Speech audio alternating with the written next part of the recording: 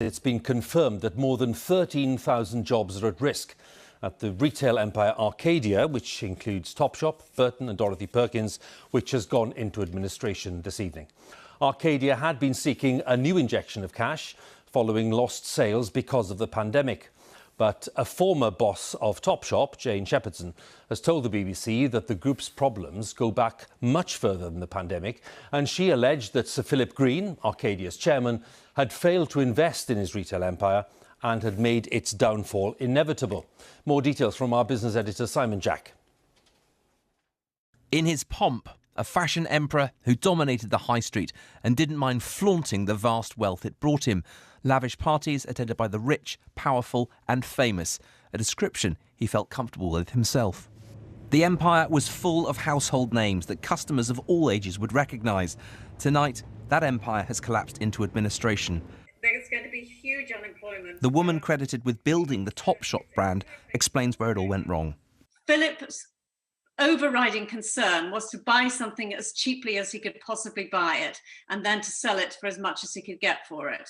The online players such as ASOS and Boohoo don't have the cost base of the stores. They don't have to pay for staffing in their stores. All they have is their online presence. They're much better at it. They've invested a huge amount of money in it, and they have a much better connection with their customers. The list of retail failures is a long one, but Arcadia is the biggest for years. There are 444 stores and hundreds more concessions within other stores. There are 13,000 workers whose jobs are at risk and an estimated £350 million hole in the pension scheme.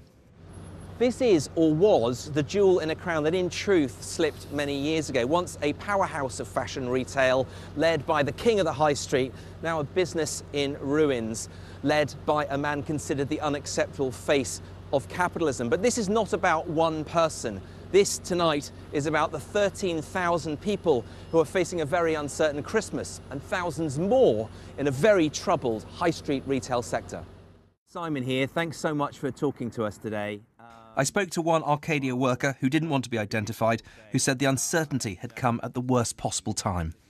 A lot of us are feeling a bit anxious because we don't know the full extent about what's happening ourselves. For us, it's about money around Christmas time.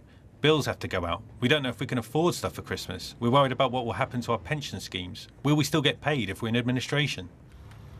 Tonight, Sir Philip is here on his £100 million yacht in Monaco, where his wife is resident and who received a £1.2 billion tax-free dividend from the business in 2005. There is another twist. Debenhams makes money from renting store space to Arcadia brands. Arcadia's collapse could scupper a rescue of the department store by JD Sports. Another 12,000 jobs at risk. The pandemic has been brutal to businesses with underlying health issues. Suddenly you've had COVID, which has left you with a sort of perfect storm in retail. And those retailers who didn't move on during that perfect storm are the ones who are going to suffer and die. And that's what's happening to Arcadia. But they're not alone. There are other retailers in a perilous position as we stand today.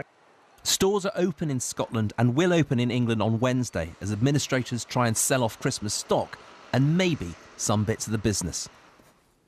Simon's with me now. Let's talk about the future of these big brands and indeed what happens to customers who've got orders in right now.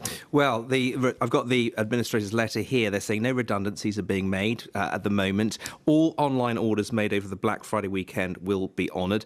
And as I said there, trading, the stores will reopen. But beyond that, it's very unclear. There's a lot of industry chatter that some of the online brands might want to snap up the Topshops, Topmans of this world. But it's the brands they want, not the physical stores. And that's where the jobs are. So it's a very uncertain outlook. You've talked to Sir Philip Green many times over the years. You've mentioned his whereabouts there. I'm just wondering what you think is going through his mind. And has there been a peep out of him today? I haven't heard from him today. Listen, for all his abrasive nature, he's actually more sensitive or thin-skinned than people, might even explain his behaviour, thin-skinned than people think. So he will feel this keenly, but that will be cold comfort to the people who are facing an uncertain future. Is there another act in the Philip Green retail drama? I don't know. He's very stubborn. He's very slow to change, as we've seen. The future of retail is about technology. I don't think he's got the skill set that modern retail requires. Simon, many thanks again. Simon Jack there, our business editor.